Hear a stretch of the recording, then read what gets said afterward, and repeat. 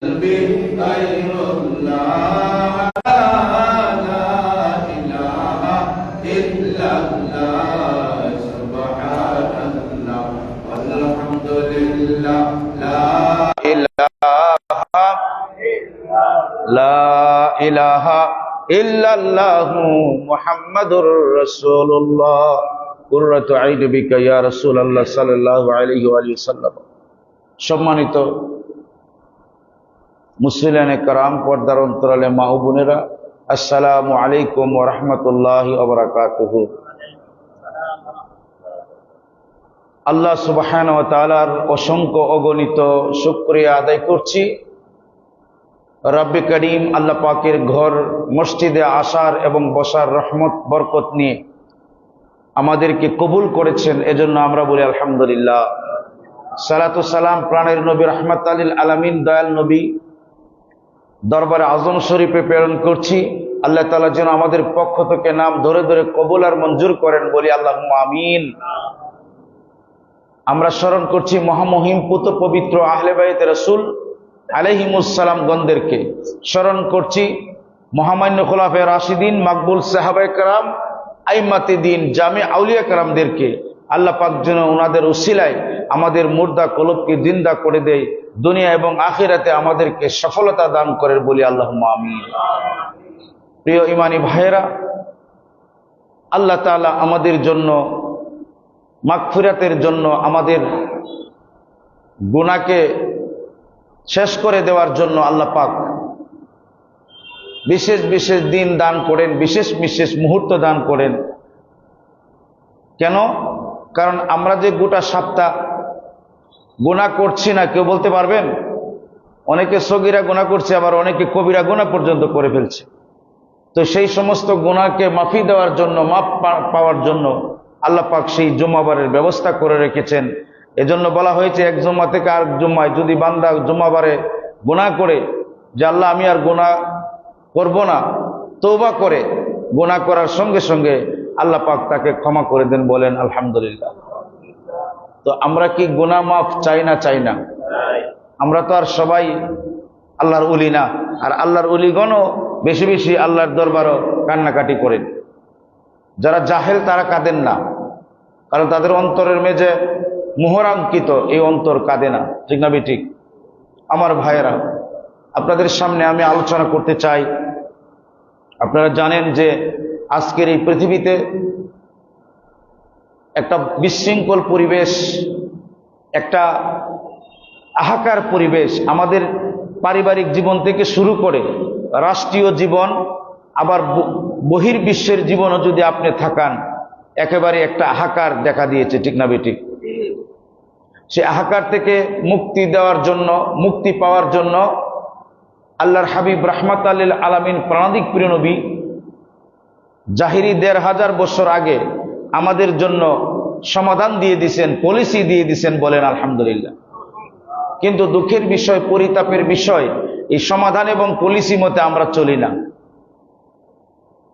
আল্লাহ নবী রাহমাতুল লিল আলামিনকে জিজ্ঞাসা করা হলো, ইয়া রাসূলুল্লাহ, আপনি দুনিয়া থেকে পর্দা করার পরে আমরা কিভাবে চলবো? সুবহানাল্লাহ বলবেন না? ওয়াকালা নবী সাল্লাল্লাহু আলাইহি ওয়া আলিহি ওয়াসাল্লাম, প্রিয় নবী ইরশাদ করেন যে আনা তারিকুন ফিকুমুস সাকালাইন, আমি তোমাদের জন্য দুইটা জিনিস রেখে যাচ্ছি। সুবহানাল্লাহ বলেন। সাকালাইন, সাকালাইন বলা হয় জিন এবং ইনসানকে একসাথে সাকালাইন বলা হয়। তো প্রিয় নবী রাহমাতুল লিল আলামিন সম্পর্কে জিজ্ঞাসা করলো, ইয়া রাসূলুল্লাহ কি রেখে যাচ্ছেন? তো প্রিয় নবী কোরআন এবং আহলে বায়াতকে সাকালাইন বলছে, বলেন না সুবহানাল্লাহ। আনা তারিকুম ফিকুমুস সাকালাইন, আমি দুইটি সাকালাইন রেখে যাচ্ছি। ইয়া রাসূলুল্লাহ, সাকালাইন জিনিসটা কি? আওয়ালুহুমা, আল্লাহ নবী ইরশাদ করেছেন যে আওয়ালুহুমা, প্রথমটা হচ্ছে কিতাবুল্লাহি, বলেন না সুবহানাল্লাহ, ফিহিল হুদা ওয়ান নূর, যে প্রথমটা হচ্ছে আল্লাহর কোরআন, যেটা হেদায়েত এবং নূরে পরিপূর্ণ। সুবহানাল্লাহ বলেন না। হেদায়েত এবং কিসে পরিপূর্ণ? নূরে পরিপূর্ণ। তো রাহমাতুল লিল আলামিন ইরশাদ করেছেন যে উযাক্কিরকুমুল্লাহ, তোমরা আল্লাহর সাথে লেহাজ করবে। আল্লাহর কথা স্মরণ করিয়ে দিয়ে প্রিয় নবী গুরুত্ব দিচ্ছেন, উযাক্কিরকুমুল্লাহ, আমি তোমাদেরকে আল্লাহর জিকির দিয়ে, আল্লাহর স্মরণ দিয়ে, আল্লাহর কসম দিয়ে বলছি, তোমরা মনে রাখবে, স্মরণ রাখবে এবং তাজিম করবে, ধরে রাখবে কি, ফি আহলে বাইতি, আমার আহলে বায়াতদেরকে। বলেন না সুবহানাল্লাহ। দেখছেন, আল্লাহ কসম, প্রিয় নবী কসম করেছেন এবং বলছেন তোমাদেরকে আমি আল্লাহর কথা স্মরণ করিয়ে দিচ্ছি, আমার আহলে বায়াতের সাথে তোমরা ভালো ব্যবহার করবে, আহলে বায়াতকে ধরে রাখবে, আঁকড়িয়ে থাকবে, আর কোরআনকে ধরবে। কোরআন এবং আহলে বায়াত দুইটা একটা থেকে বিচ্ছিন্ন না, পরস্পর এক, পরস্পর আজিম। বলেন সুবহানাল্লাহ।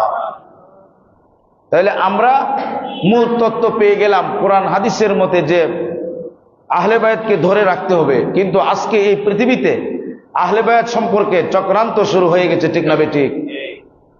একজন মৌলানা আরেকজন মৌলানাকে যা মনে চাই তা বলছে, আপনার মতের বিরুদ্ধে গেলে তাকে কাফের বলছে, তার সম্পর্কে আজে বাজে মন্তব্য করছে মতের বিরুদ্ধে গেলে।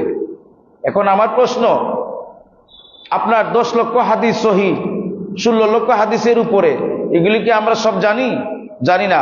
আপনি আমার তাহকিকের মধ্যে জানার মধ্যে কমজোরি থাকতে পারে, এজন্য যদি কেউ দলিল উপস্থাপন করে তাকে গালিগালাজ না করে, তারটা ইগনোর না করে, কোন জায়গায় তুমি পেয়েছো দলিলটা আপনি তালাশ করলেই তো জায়গার মালিক কে পেয়ে যায়, ঠিক না বেটি?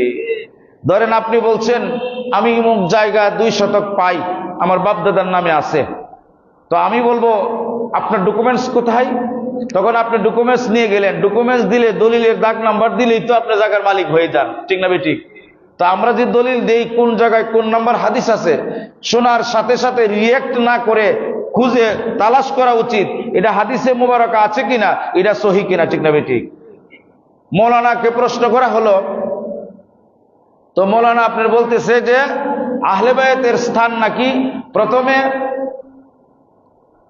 আপনার খোলাফে রাশিদিনের স্থান, তারপরে আশারে মুবাশশারার স্থান, তারপরে সাহাবা کرام, তারপরে যদি তাকে আহলে বায়াত বলেন না, নাউজুবিল্লাহ মিন জালিক। এই মৌলানা সাহেব অনেক বড় আলেম, অনেক কিতাব সামনে নিয়ে ওয়াজ করে, বিভিন্ন জায়গায় বহস করে, কিন্তু মূল শিক্ষা তারা এখনো শিখে নাই। আপনি এত লম্বা কিতাব, এত কিছু পড়েছেন, আপনি বলেন আহলে বায়াতের স্থান কোথায়? অথচ আল্লাহর নবী রাহমাতাল লিল আলামিন বারবার বলেছেন, বিদায় হজের মাঝে বলেছেন, অর্থাৎ গাদিরে খুমের মধ্যে সাবধান করে দিয়েছেন। এমনকি কোরআনে পাকের মাঝে আছে, প্রিয় নবী রাহমাতাল লিল আলামিন কে আল্লাহ পাক বলছেন, আমি কেবলমাত্র একটা সিলেক্টেড জিনিস দাবি করছি আপনার উম্মতের কাছে। কোন জিনিস? যেন আহলে বায়াতকে তারা ভালোবাসে, আহলে বায়াতকে যেন আঁকড়িয়ে ধরে, আহলে বায়াতের পথে যেন থাকে। বলেন না সুবহানাল্লাহ। আল্লাহ নবী বলে দিয়েছেন, আহলে বাইতি কা সাফিনাতিন নুহু, আহলে বায়াত হচ্ছে নূহ নবীর কিস্তির মতো, যারা আরোহণ করবে তারা মুক্তি পাবে। সুবহানাল্লাহ বলবেন না? আহলে বায়াত সম্পর্কে প্রিয় নবী রাহমাতাল লিল আলামিন সাল্লাল্লাহু আলাইহি ওয়াসাল্লাম ইরশাদ করেন, আমি 2টি জিনিস রেখে যাচ্ছি, একটি হচ্ছে আমার আল্লাহ পাকের কোরআন, আর একটি হচ্ছে আহলে বায়াত। তোমরা আঁকড়িয়ে ধরবে, পথভ্রষ্ট হবে না। এবং যখন আমরা দুরূদ শরীফ পড়ি নামাজে, আত-তাহিয়াতু লিল্লাহি ওয়াস সালাওয়াতু ওয়াত-তাইবাতু আসসালামু আলাইকা আইয়ুহান নাবিয়্যু, তারপরে কি? এরপরে আসসালামু আলাইনা ওয়া আলা, তারপরে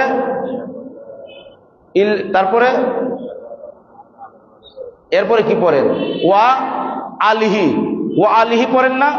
ওয়া আলিহি শব্দের অর্থ কি? যে আমি আপনার হাবিবকে সালাম দিলাম আর আপনার হাবিবের আওলাদকে সালাম দিলাম। বলেন সুবহানাল্লাহ। যেখানে ফরজ নামাজ, সেখানে আহলে বায়াতের উপরে সালাম না দিলে নামাজ হয় না, আর সেখানে সেই মোল্লা বলে, মানে আহলে বায়াতের স্থান বলে ওগুলোর নিচে বলেন না নাউজুবিল্লাহ মিন জালিক। পবিত্র বুখারী শরীফের মাঝে উল্লেখ আছে, কোরআনুল কারীমের মাঝে উল্লেখ আছে, আল্লাহ পাক স্বয়ং ডাইরেক্ট বলেছেন যে আমি যে ভালোবাসাটা কামনা করছি আপনার উম্মত থেকে, সেই ভালোবাসাটা হচ্ছে আপনার আহলে বায়াতের প্রতি। বলেন সুবহানাল্লাহ। আপনার বেহেশতের রায়ান নামক স্থানের মাঝে পর্দা করে আল্লাহ পাক 2টি নাম মোবারক রেখেছেন, জৌলুসের সাথে, নূরের সাথে।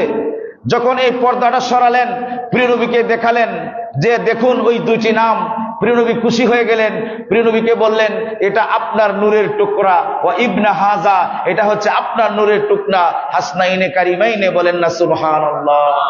এটা হচ্ছে হাসান এবং হুসাইন আলাইহিস সালামের নূর। এই দুইটি নাম মুবারক আল্লাহ পাক বেহেশতের মাঝে পর্দা করে রেখেছেন, মানুষকে ভুলিয়ে রেখেছেন। ওই নাম কখনো কেউ রাখে নাই দুনিয়া শুরু থেকে একেবারে ইমাম হাসান এবং হুসাইনের আগ পর্যন্ত, বলেন সুবহানাল্লাহ।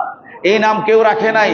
আল্লাহ পাক বলে, এই নাম আমি নিজে আকিকা দিয়েছি, ওই নামের জিকির আমি আল্লাহ নিজে করেছি, বলেন সুবহানাল্লাহ। এবং নূহ আলাইহিস সালামের যে তক্ত ছিল, তক্ত, এই তক্তর মাঝে আহলে বায়তের নাম মোবারক ছিল, বলেন সুবহানাল্লাহ। আহলে বায়তের নামের কারণে মুসা নবীর তক্তা মানে নৌকা পানিতে ভেসেছিল, সুবহানাল্লাহ বলে। আর তুমি বলো যে আহলে বায়তের স্থান ওগুলের নিচে, আল্লাহ নবীর শান মানের পরে আহলে বায়তের শান মান, বলেন সুবহানাল্লাহ। কথা বুঝতে পেরেছেন? এটা বিশ্বাস না করলে আহলে সুন্নাত ওয়াল জামাত নয়। নামাজ পড়েছে কাফের এজিদ, সীমার জলসান।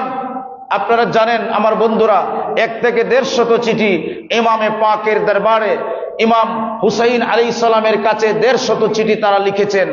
এবং তার মাফহুম ছিল এরকম, হে ইমাম হুসাইন আলাইহিস সালাম, আপনি যদি না আসেন তাহলে হাসরের ময়দানে আপনার জামা ধরে টানাটানি করব।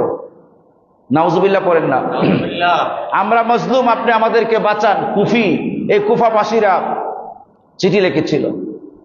কিন্তু আপনারা জানেন ইমাম মুসলিম বিল আকিল যখন গেলেন 40,000 বায়াত গ্রহণ করলো। বায়াত মানে মুরিদ হইল। এই যে কইনা বায়াত গ্রহণ, বায়াত করা ফরজে আইন, বায়াত হওয়া ফরজে আইন। প্রত্যেকটা মুমিন মুসলমানদের জন্য, নর এবং নারী ভাই বোনের জন্য বায়াত হওয়া ফরজে আইন। বায়াত না হইলে আপনার মুর্শিদ হইল শয়তান, এতে কোনো সন্দেহ নাই। কথা বুঝতে পেরেছেন আমার ভাইয়েরা? তখন আপনার 150 চিঠি লেখার পরে ইমাম হুসাইন আলাইহিস সালাম তখন তিনি গেলেন। আরো অনেক ঘটনা আছে। তো যাওয়ার পরে আপনার যেই জায়গাটার মাঝে গেলেন, যখন সেখানে অনেক কথাবার্তা আছে, তাবু গাড়ার জন্য ইমাম হুসাইন আলাইহিস সালাম অর্ডার দিলেন। আর এই জায়গাটা দুদু মরুভূমি, বালুকাময়। জিজ্ঞাসা করা হলো, ইমাম হুসাইন আলাইহিস সালাম জিজ্ঞাসা করলেন, এই জায়গার নাম কি? তখন কেউ জবাব দেয় না। এক প্রতীক জবাব দিয়েছে, হে ইমাম হুসাইন, এই জায়গার নাম হচ্ছে দস্তে কারবালা, বলেন না সুবহানাল্লাহ।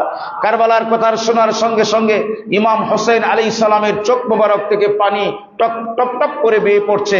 ইমাম হুসাইন আলাইহিস সালাম বললেন, আমার সাথীরা, এখানেই তাবু গাড়ো, এখানেই প্রিয় নবীর বাগানের ফুলগুলি ঝরে যাবে, এখানেই আমাকে শহীদ করা হবে। কেননা আমার বাবা যখন জঙ্গে জামাল থেকে ফিরছিলেন, তোর মধ্যে এই জায়গার মাঝে যখন আসলেন, সেখানে জঙ্গল ছিল, অনেক কিছু ছিল। মৌলা আলী এই জায়গার মেঝে যখন আসলেন, আসার পরে তিনি অবস্থান নিলেন, সুবহানাল্লাহ বলেন। অবস্থান নিয়ে রাত্রি জাগরণ করলেন, কারণ মৌলা আলী তো মারিফতের খুনি, উনি বুঝে কোন জায়গার মেঝে শহীদ হবে। তিনি এক রাত্রে অবস্থান করে এত কান্নাকাটি করলেন। তখন কিতাবে লিখেছে যে মৌলা আলী চোখ মোবারকের পানি দাড়ি মোবারক পর্যন্ত বেয়ে বেয়ে নিচে পড়ছে, বলেন না সুবহানাল্লাহ। আর দোয়া করছে, আল্লাহ, আমার হুসাইন যখন এই জায়গায় শহীদ হবে, আল্লাহুম্মা আতিনিল হুসাইনা সাবরান জামিলান, আল্লাহ আমার হুসাইনকে তুমি সবরে জামিল দান করিও, বলেন সুবহানাল্লাহ। আমার ভাইরা, ইমানি ভাইরা, গভীর মনোযোগ। সেই ইমামে পাকের ইমাম হুসাইন আলাইহিস সালাম, ইমামে আকবরের হাসান আলাইহিস সালামের সম্পর্কে যদি আপনি না জানেন, আহলে বায়াত যদি না জানেন, 10ই মুহররম যদি না জানেন, মুসলিম মিল্লাতের জাতীয় শহীদ দিবস, শাহাদাতে কারবালা দিবস সম্পর্কে যদি না জানেন, আপনি মুসলমান নন, আপনি মুনাফিক, আপনি এজিদের গোষ্ঠী। কেননা আল্লাহ রাসূল রাহমাতাল লিল আলামিন হাদিসে মুবারাকার মাঝে উল্লেখ করেছেন, ফাকালান নবী সাল্লাল্লাহু আলাইহি ওয়াসাল্লামা আলে মারিফাতুন নবী সাল্লাল্লাহু আলাইহি ওয়াসাল্লামা মারিফাতে আলে রাসূলিন সাল্লাল্লাহু আলাইহি ওয়াসাল্লামা বারাআতুম মিনান নার। আল্লাহর নবীর আহলে বায়াতের পরিচয় জানা জান্নাতে লাভ করার মতো সওয়াব, এবং আল্লাহর নবী আহলে বায়াতের পরিচয় জানা দুজক থেকে নাজাত পাওয়ার উপায়, বলেন সুবহানাল্লাহ। কি থেকে? এই টুন্না মৌলবী, আপনি তখনকার মৌলবী আল্লামা ইমাম কাজী আয়াস শেফা শরীফ 37 পৃষ্ঠায় প্রথম খণ্ড, এই কিতাবের মধ্যে প্রায় আজ থেকে 1000 বছর আগের মুহাদ্দিস, সুবহানাল্লাহ বলেন। এদের পোষণ বরাবর আমরা ওমু, সারা পৃথিবীর মোল্লার এক গাঠি আনলে এদের পোষণ বরাবর সম্ভব? কারণ এরা তাবিন ছিলেন। এদের কি আমরার সাথে যায়? এটা বলবো আমি। তো এখন এই যে ইমাম কাজী আয়াজ রাহমাতুল্লাহ হাদিস বয়ান করেছেন যে ফাকালান নবী সাল্লাল্লাহু আলাইহি ওয়াসাল্লাম মারিফাতে আলে রাসূলিন সাল্লাল্লাহু আলাইহি ওয়াসাল্লাম বারাআতুম মিনান নার, আহলে বাইতের পরিচয় জানা জাহান্নাম থেকে মুক্তির উপায়। বলেন সুবহানাল্লাহ।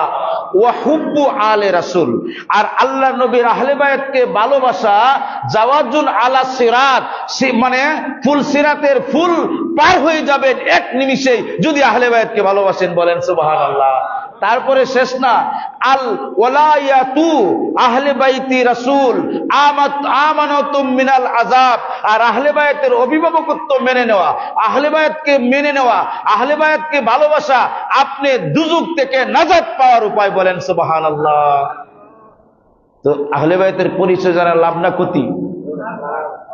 কিতাবের নামও কইলাম। আমি প্রায় সময় তো আমি অনলাইনে বলি, কেউ আমার এই হাদিসগুলি রদ করে না, কেউ, বুঝছেন, মানে কেউ বলে না হইছে না, না ঠিকই আছে, তুমি যে আল্টো পাল্টো করো, আমার এই হাদিস শরীফ রদ করে দাও। আমি যে বলছি তুমি বলো নাই, তো আমি তোমার ক্লাস হয়ে তোমার উস্তাদ যে পড়াইছে এখানে ধরে দিয়ে আসবো।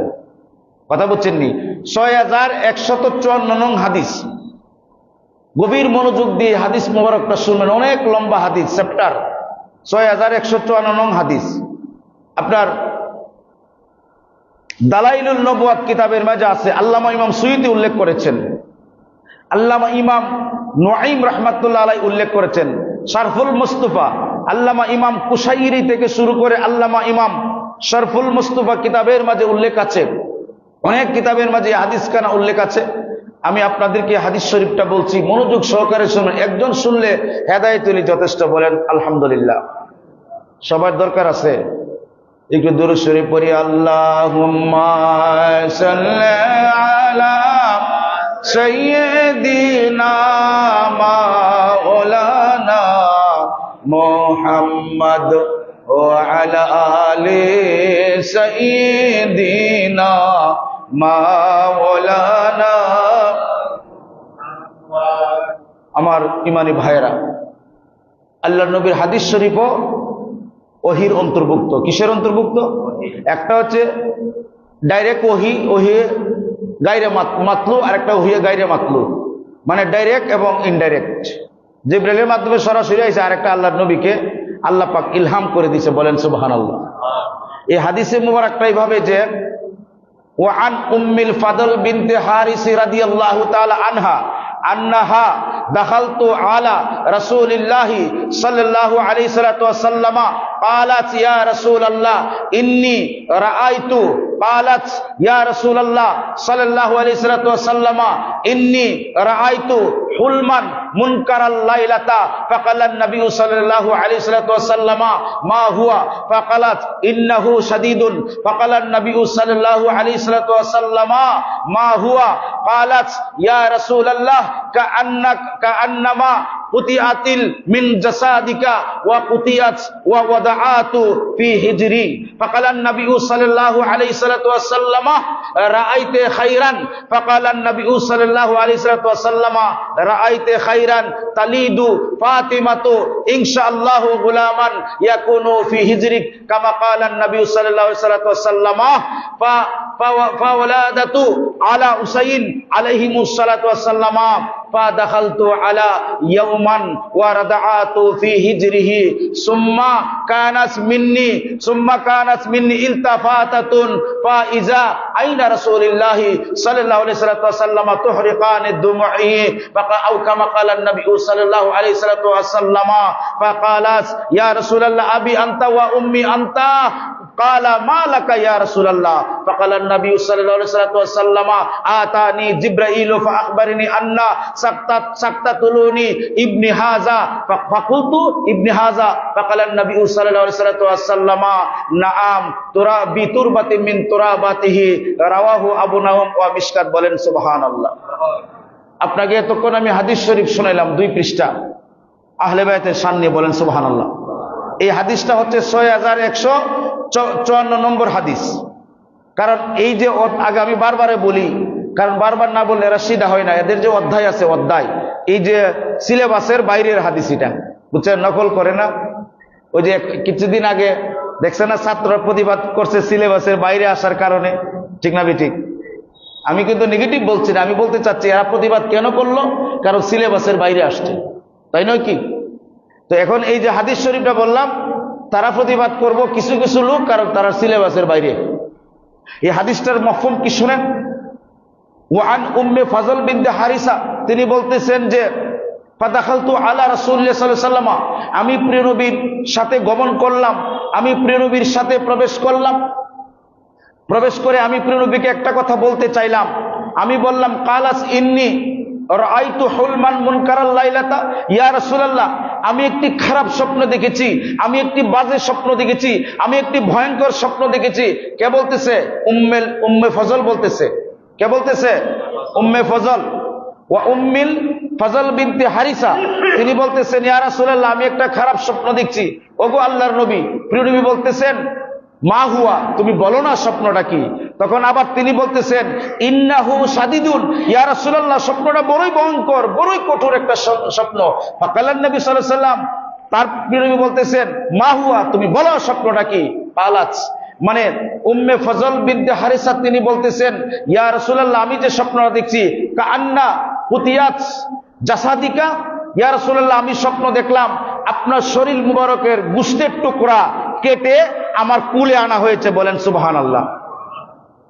ফাকালান নবী সাল্লাল্লাহু আলাইহি ওয়াসাল্লাম, আল্লাহ নবী রাহমাতাল লিল আলামিন সাল্লাল্লাহু আলাইহি ওয়াসাল্লাম ইরশাদ করেছেন যে কি রাইতে খাইরান, তুমি একটা ভালো স্বপ্ন দেখছো।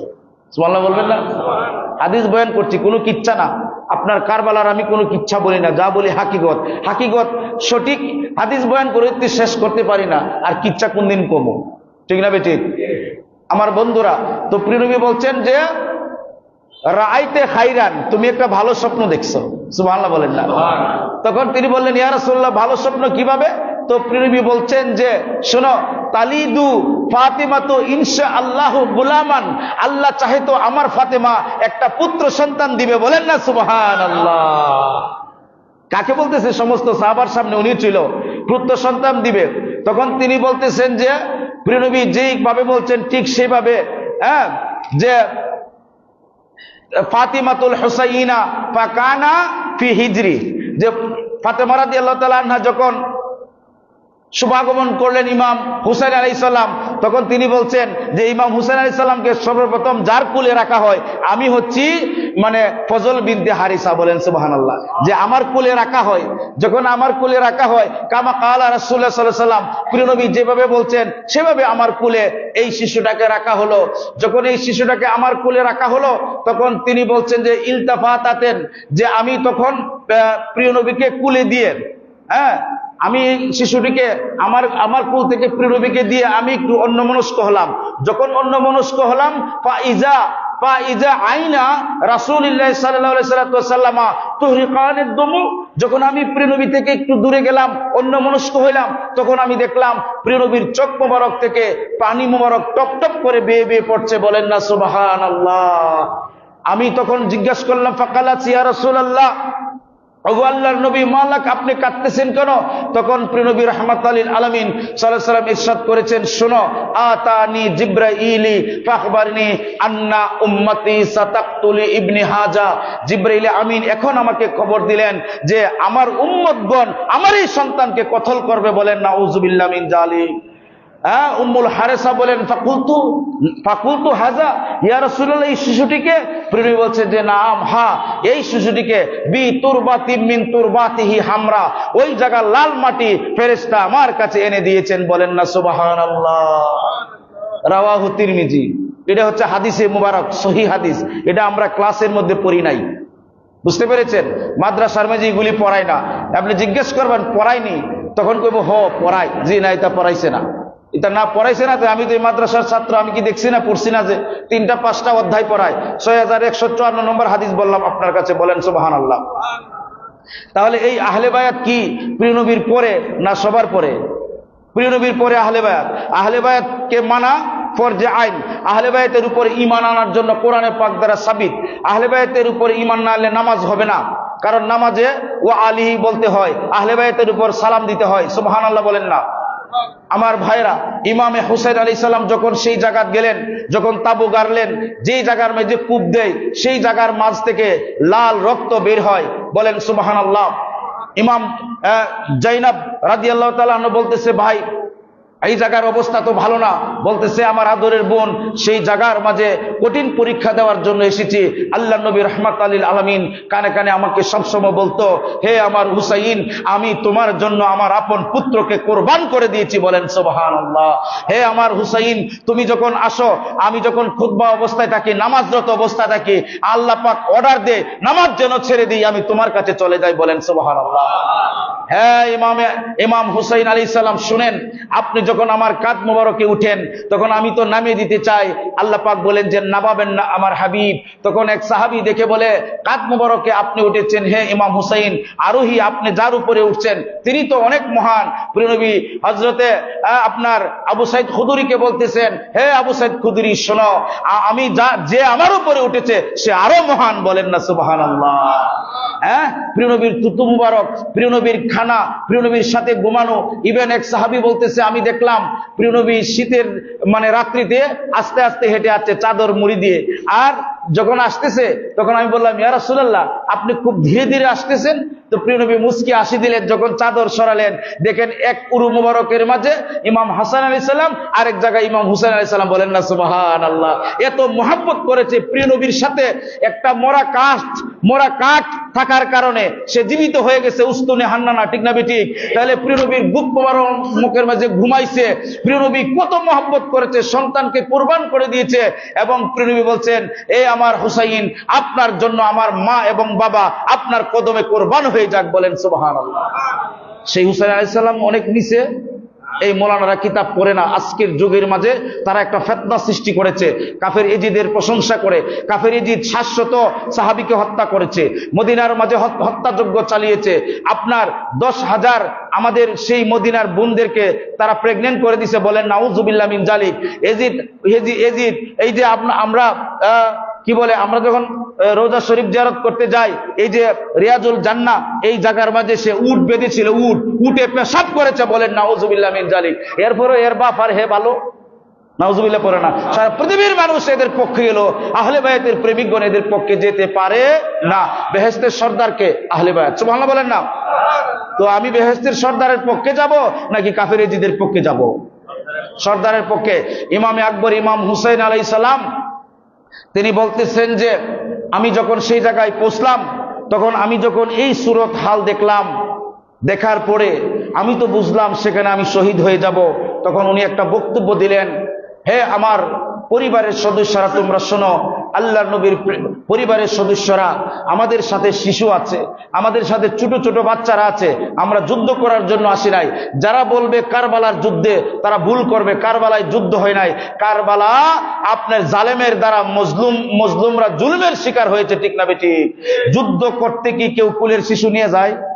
আপনারা যাবেন কি মাইর করতে? যদি আমরা যারা মাইর করি, এই যে মনে করেন আমাদের এলাকায়, আমরা কি মাইর করার সময় কুলের শিশু নিয়ে যাব?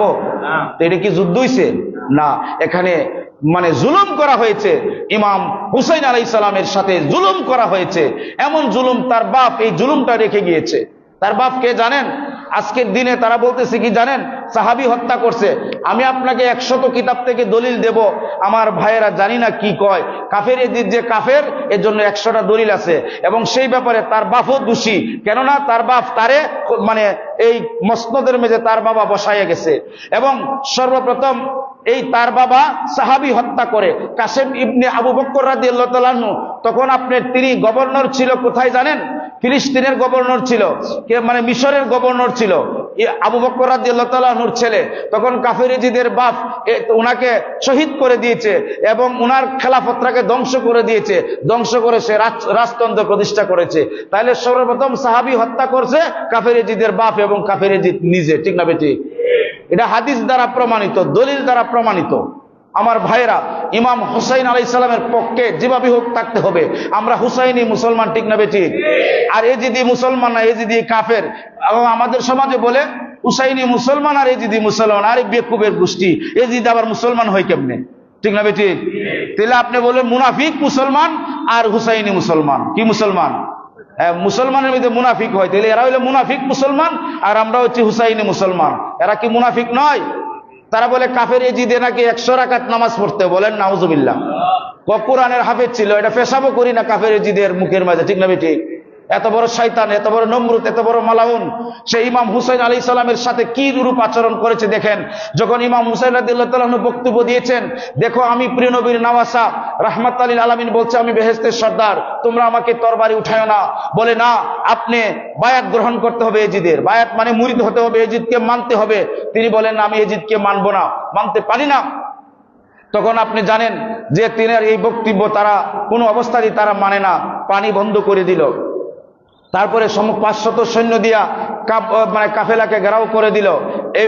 এখন অবস্থায় 3 দিনের পানি পিপাসার্থ ইমাম আলী আসগরকে পাঠালেন। আপনারা জানেন রুবাব রাদিয়াল্লাহু তাআলা আনহু তিনি গেলেন, বললেন যে আপনি যান, এদের মন নরম হইতে পারে। কিন্তু ইমাম হুসাইন আলাইহিস সালাম বললেন এদের মন নরম হইতো না, কারণ এদের মন কঠোর হয়ে গেছে, কাফের থেকে এরা নিকৃষ্ট হয়ে গেছে। তারপরও আপনি যান। ইমাম হুসাইন আলাইহিস সালাম গেলেন। যখন বলেন 1 ফুটা পানি দাও, আমাকে দিও না, শুধু আমার এই কুলের শিশুটাকে দাও।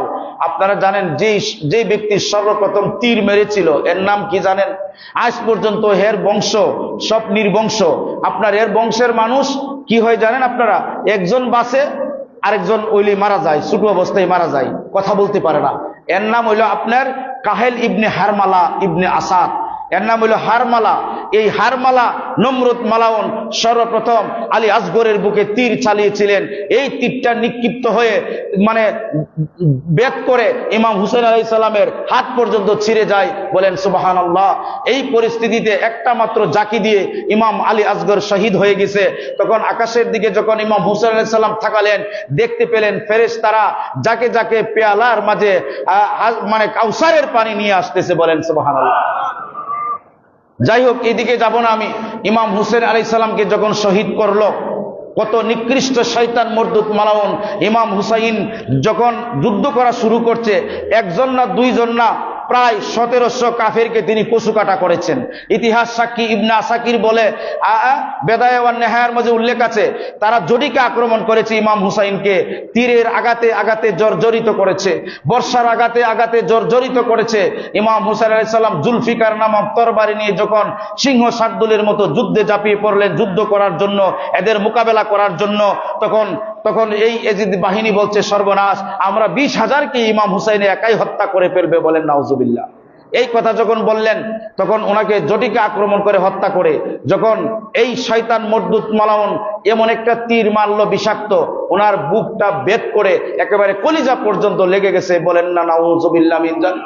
ইমাম হুসাইন আলাইহিস সালাম একটা ডাক দিলেন, আদরিকনি ইয়া রাসূলুল্লাহ, ওগো আল্লাহর হাবিব, এই বিজন ভূমিতে আপনার কলিজার টুকরা ইমাম হুসাইন, যে পিঠ মুবারকের মাঝে আপনি হাত বুলিয়ে দিতেন, আপনি চুমু দিতেন, ইয়া রাসূলুল্লাহ, এই শরীরের মাঝে আপনি গোসল করাই দিতেন, আজকে আপনার এই বিপদগামী উম্মত এই কাফের এজিদের চক্রান্তে আপনার হুসাইনের কলিজার মধ্যে বিষাক্ত তীর নিক্ষেপ করে দিয়েছে।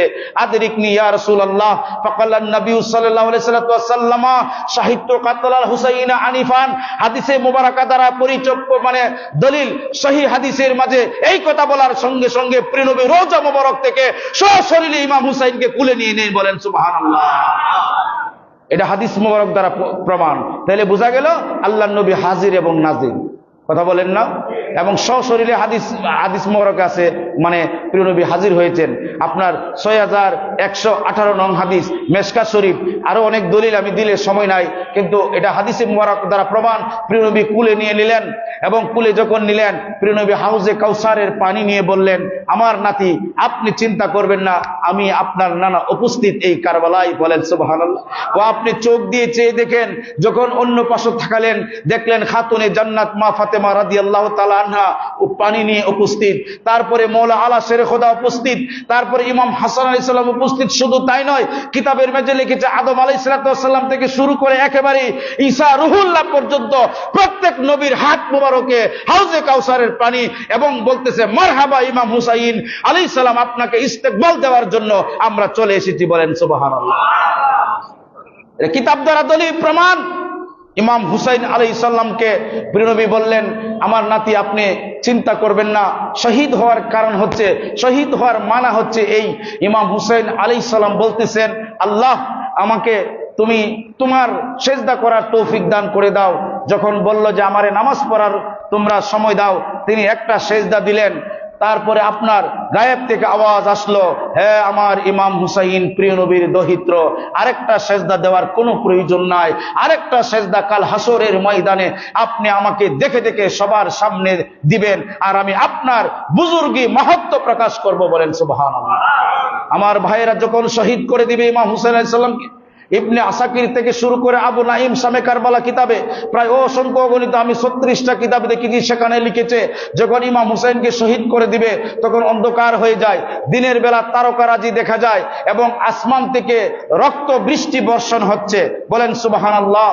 শুধু তাই নয়, আপনার 7 দিন পর্যন্ত কেউ খাইতে পারে নাই, যেটাই জবাই করতে গেছে দেখে শুধু রক্ত আর রক্ত, অন্য কোনো জিনিস পাওয়া যায় না। এভাবে হুসাইন আলাইহিস সালাম আমাদের জন্য, আপনার জন্য, দ্বীনের জন্য, আল্লাহ নবী বলছেন আনা মিন হুসাইন ওয়া হুসাইনু মিন্নি, আমি ইমাম হুসাইন থেকে আর হুসাইন আমার থেকে, ইমাম হুসাইন আর আমি হুসাইন থেকে। এজন্য খাজা বাবা বলতেছেন যে দ্বীনের বাদশা, দ্বীনের মূল হচ্ছে ইমাম হুসাইন, প্রিয় নবীর মাধ্যমে দ্বীন প্রতিষ্ঠিত হয়েছে, আর ইমাম হুসাইন আলাইহিস সালামের মাধ্যমে দ্বীন পুনর্জিন্দা হয়েছে। বলেন সুবহানাল্লাহ। তাহলে ইমাম হুসাইন আলাইহিস সালামের পক্ষে থাকা ইমানের পক্ষে থাকা। আজকের এই পৃথিবীতে আপনার আল আরব থেকে শুরু করে আরো বিভিন্ন, আমাদের বাংলাদেশে দেখেন খালি কাফের এজিদের আর তার বাবার প্রশংসা, আর কোনো কিছু পায় না খুঁজা, ঠিক না বেটি? অথচ ইমাম শাফি রহমাতুল্লাহ আলাইকে 5 বছর জেল কাটাইছে কার কারণে?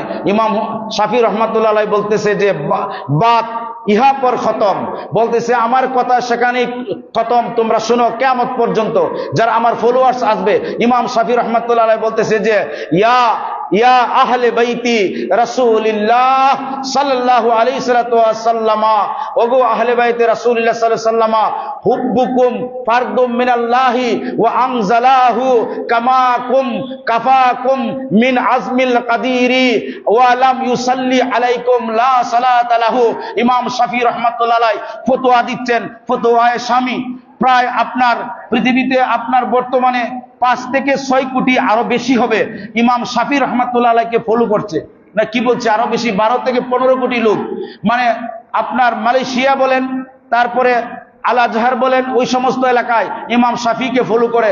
ইমাম শাফি তার ফতোয়ায়ে শাফির কিতাবের মাঝে উল্লেখ করেছেন যে আমি দলিল দিয়ে যাই তোমাদেরকে, শোনো, ইয়া আহলে বাইতি রাসূলিল্লাহ, ওগো আহলে বাইতে রাসূল, হুব্বুকুম ফারদুম মিনাল্লাহ, আহলে বাইতকে ভালোবাসা আল্লাহ ফরজ করে দিয়েছেন ফিল কোরআনে ওয়া আনজালাহু, কোরআনে পাকের আয়াত নাজিল করে আহলে বাইতকে ভালোবাসা আল্লাহ ফরজ করে দিয়েছেন।